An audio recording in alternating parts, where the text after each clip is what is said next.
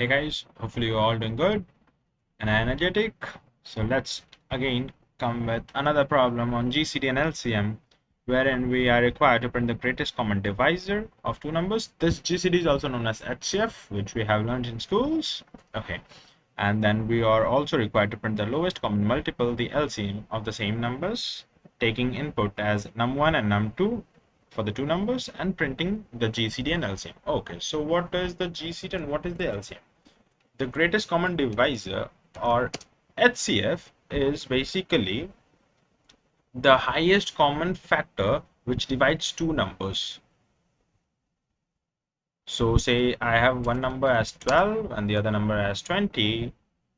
To find the highest common factor or find the greatest common divisor, we simply, as in schools have done, we simply need to divide one number by the other number, which gives us 1 in this case as the quotient and 8 as the remainder. In the next line, in the next step, we need to take this number, second number, which was our divisor in the first case, make this divisor the dividend here by this remainder would become my divisor here. 12 by 8 gives me 1 as quotient and 4 as remainder. Again, we have to perform this step till we come to 0.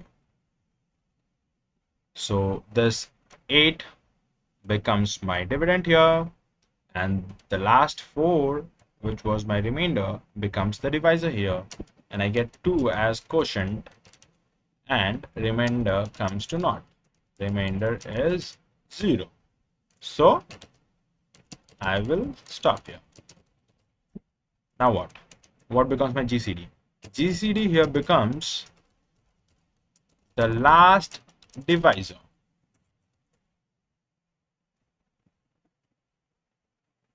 Before we get the remainder as 0.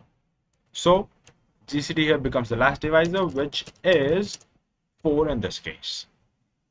Let me take another example to make it more clearer. Say I have two numbers 24 and 36, and I am dividing 24 by 36, which gives me quotient as 0 and remainder as what?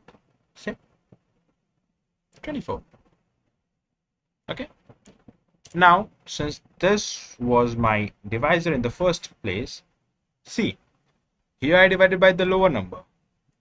Here I am dividing it by the greater number. But there is no change in it. There is no problem if you divide it with a lower number. If you divide it with a higher number also, there is no problem because it all comes to the same. Say, for example, 24 by 36 was giving me 0 as quotient and remainder as 24. In the next step, I have this 36, which was my second number, the divisor, which will become my dividend, and the remainder would come as the divisor. So 36 by 24 will give me 1 as quotient and 12 as remainder. Now this 24, which was my divisor here, will become my new number. So 24 divided by this remainder, which becomes my divisor. 24 by 12 gives me 2 as quotient and remainder as 0. So I will stop here.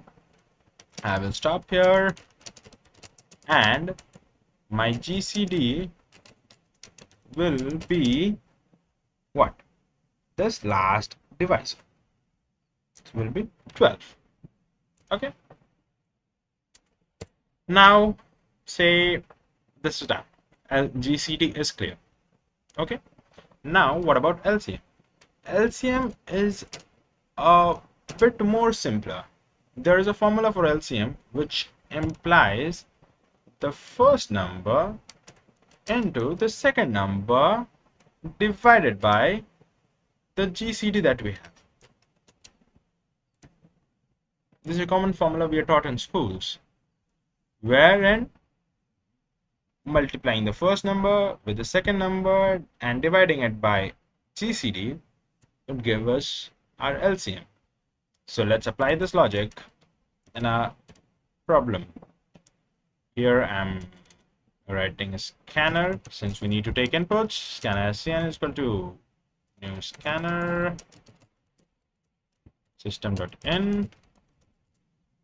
Okay, and then and num1, since I need num1 as my first number,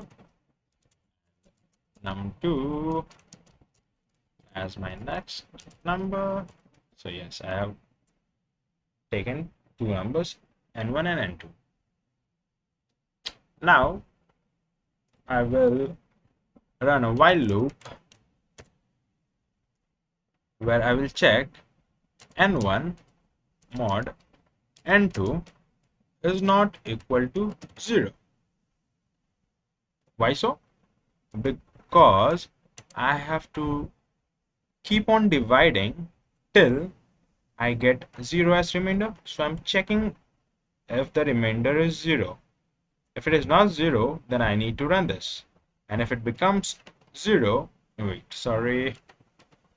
And if it becomes 0, then I need to stop. So since this condition won't hold true when it is not 0, what do I need to do? I need to check for remainder. Remainder is n1 mod n2. Now see, in this case, this was n1, this was n2, and this was 8 was my remainder. But in the next line, this n2 was becoming my n1, and this remainder was becoming my n2. So I need to perform that step. How? I will say num1. Okay, here should be num2. So my mistake. This is num1, num2.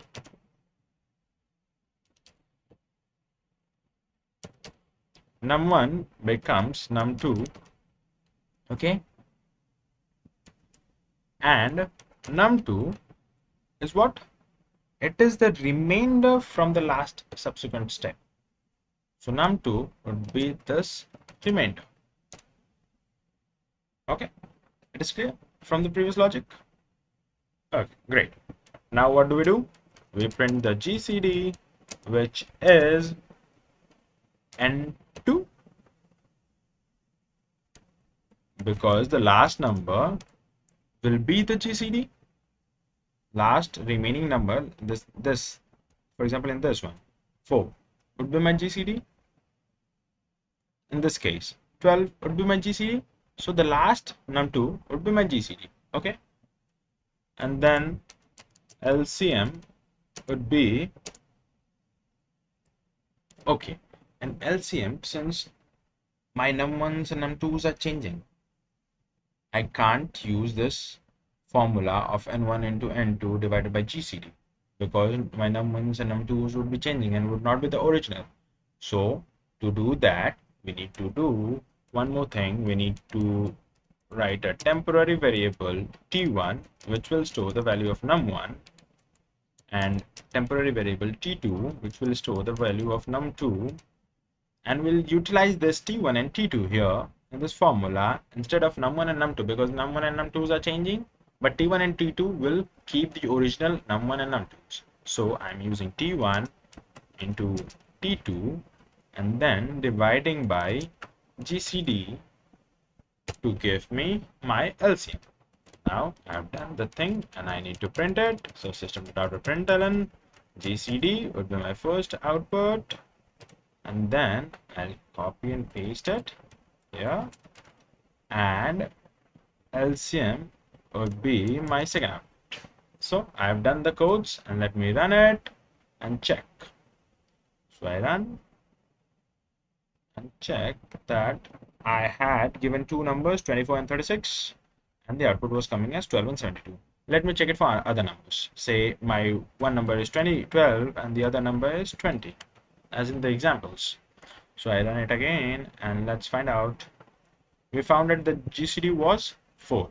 So GCD is 4, and in LCM was coming as, it will come as 60, because see here LCM would be, LCM equals first number into second number and divided by GCD, which is 4. So implies 12 into 20 is 120 and 120. 240 divided by 4, which equals 60. So 60 is my LCM. See, 60 is my LCM. So it's done. So congrats, we have done a good sum. And let's submit it and check if we have passed all test cases. And hopefully yes. See, we get 10 out of 10. So we have basically passed all the test cases.